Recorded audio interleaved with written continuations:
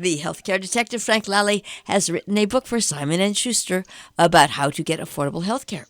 Called Your Best Healthcare Now, it is available online, in-store, wherever fine books are sold. Mr. Lalli is also the health correspondent for Parade and the former editor of Money and George magazines, not to mention as senior advisor to healthcare.com. Okay, I've fit it all in there. It's your turn. Hi, Frank. Hi, how are you? I am unwilling to complain. I'm actually quite well. Good. Unwilling to complain is a very good state of mind. It'll help us in this period here. We're going to talk about this COVID vaccine effort now. This is very serious. We're going to be talking about it for weeks, if not months. But here's a primer that I'm offering. Who's eligible right now in the tri-state area, how to get registered, because it's not going to be first come, first serve. You need to get registered. And then when you can actually expect to get a shot and get your immunity against this deadly COVID-19. So Connecticut, New York, Massachusetts have just about announced, in general terms, this phase 2. So it's going to be everyone 65 and up, anyone over about 18 years old with serious medical conditions, and essential workers, and each state will define that slightly differently. That's obviously good news. But this vaccination effort is not going to get done overnight. You're going to have to be really patient. In Connecticut alone, we're talking about in this second phase, this 1.3 million people. That's half the adults in the state. And Connecticut has done a better job than just about any state in the country in phase 1. Now, phase 1 was vaccinating nursing home workers and the residents. Okay, in all, Connecticut received, and this is key now, they got 250,000 doses of the vaccines, the Pfizer and the Moderna, and they got 151,000 of those actually into people's arms. Now, that's 60% of what they got actually vaccinating people. That turns out to be the third best in the country. I mean, North Dakota's at 74%, West Virginia's 64%. Connecticut's third best at only 60%. Now, it's far better than Massachusetts. 43% of the shots that they had available have actually been used in Massachusetts. New York is only 36%. The United States in general is only 33%. Look, we got to do a lot better than that. Now, Connecticut is only getting now about 50,000 doses a week available from the government, from the federal government, allocated to them. And remember, you need 2 shots. So this pace has got to pick up. So it's going to come down to how many doses are actually allocated to the states, and then how organized are they to get the vaccines into people's arms. Now, Connecticut has done such a good job that the outgoing Health and Human Services has promised an extra 50,000 doses to Connecticut as a reward. That's good. Plus, incoming President Biden says don't hold back any supplies for this second shot. You got 250,000 doses. Get them vaccinated to people's arms. Don't wait. Don't worry about the second dose. We'll take care of that later. You can expect a Defense Production Act where we actually will go around to companies and license them to produce the vaccine. I know I talked to a top guy at Bayer, the big Bayer global company. They're more than anxious to get into the game of making these vaccines. So Biden is saying, don't worry about it. Just get these vaccines into people's arms. Still, it's probably going to take 3 to 4 months to vaccinate all the people in phase 2. So we're talking about phase 2 getting all the way to June, and then after June, the general public will then finally be able to get vaccinated. Hopefully everyone by the fall will have had their shots. So Jill, is it clear up to now, before we talk about who's actually eligible in this 65 and older, is it clear up to now? Yes. Okay, you're an easy judge. All right, so let's talk about Connecticut because we've got some clear information from the governor. So Lamont says anyone over 65 is in this phase 2. Okay, that's phase 1B. If you're 16 and older and have one medical condition, a serious medical condition, you're eligible as well. So that includes things like diabetes or kidney problems, lungs, heart disease, sickle cell anemia, pregnancy. Okay, you're in this 1B group, not asthma. For one reason or another, not asthma. All right, who are the essential workers? Well, in this phase 1B, they'll be teachers, police, grocery store workers, food service people, people in sanitation, and people in congregate settings, that's shelters and prisons. They're there too. Now, but that's a lot of people. So the groups are going to have to be stratified. There'll be a line. And first in line will be people over 75. Okay, that's where the registrations are happening right now, and appointments are being made for people over 75. All the rest of 1B is behind them. Okay, so Governor Lamont has decided. He hasn't really decided what that order is going to be after people 75.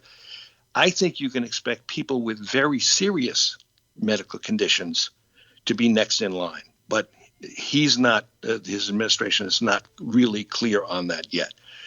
So here are the numbers to understand how this is going to be phased in. People over 75 in Connecticut, that's 275,000 people. Remember, we only have 50,000 doses a week. You got to get through 275,000 people over 75. 353 people are 65 to 74.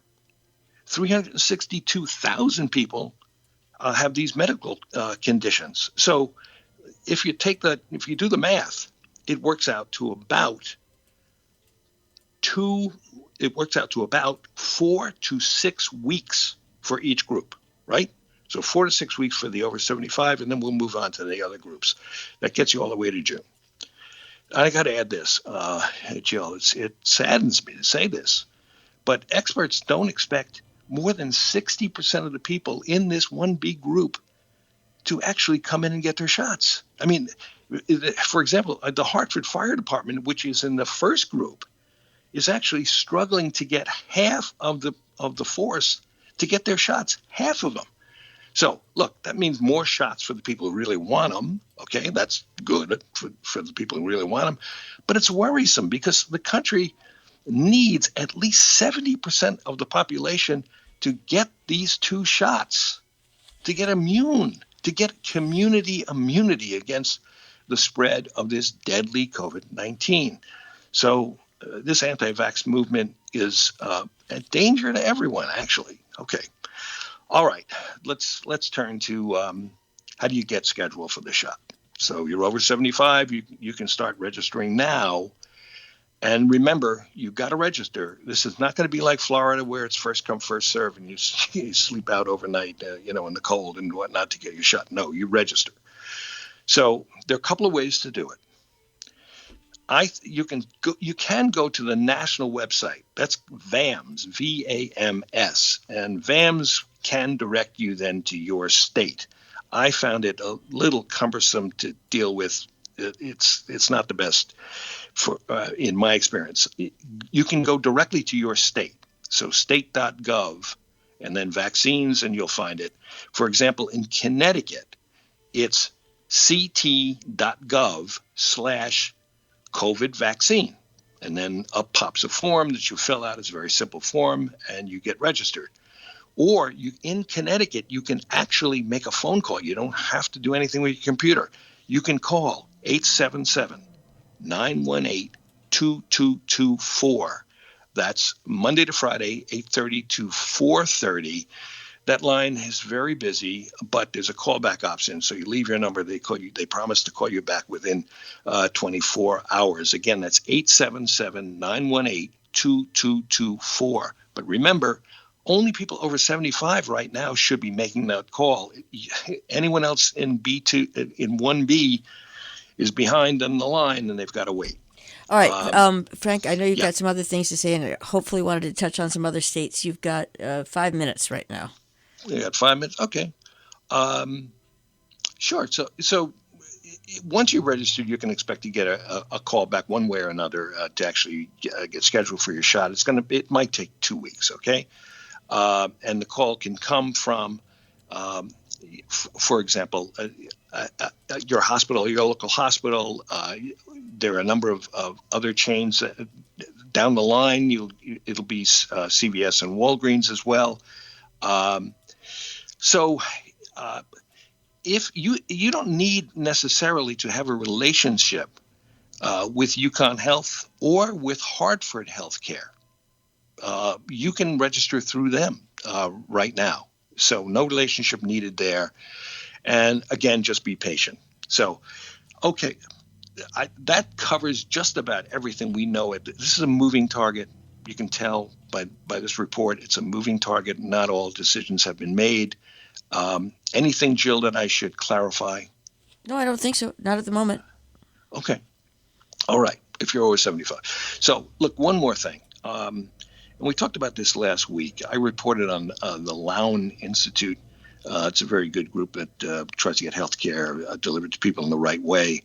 They just gave out a tongue-in-cheek award to President Trump's son-in-law, Jared Kushner, for directing FEMA. Do you remember, this is tongue-in-cheek, right? He got this award for directing FEMA for commandeering 2 billion pieces of PPE. That's the masks, the gowns, and the gloves that were in such short supply in the spring of last year, and then turned over all of that PPE to 6 medical supply companies to sell at a profit, which led to all kinds of problems and shortages and states bidding against each other.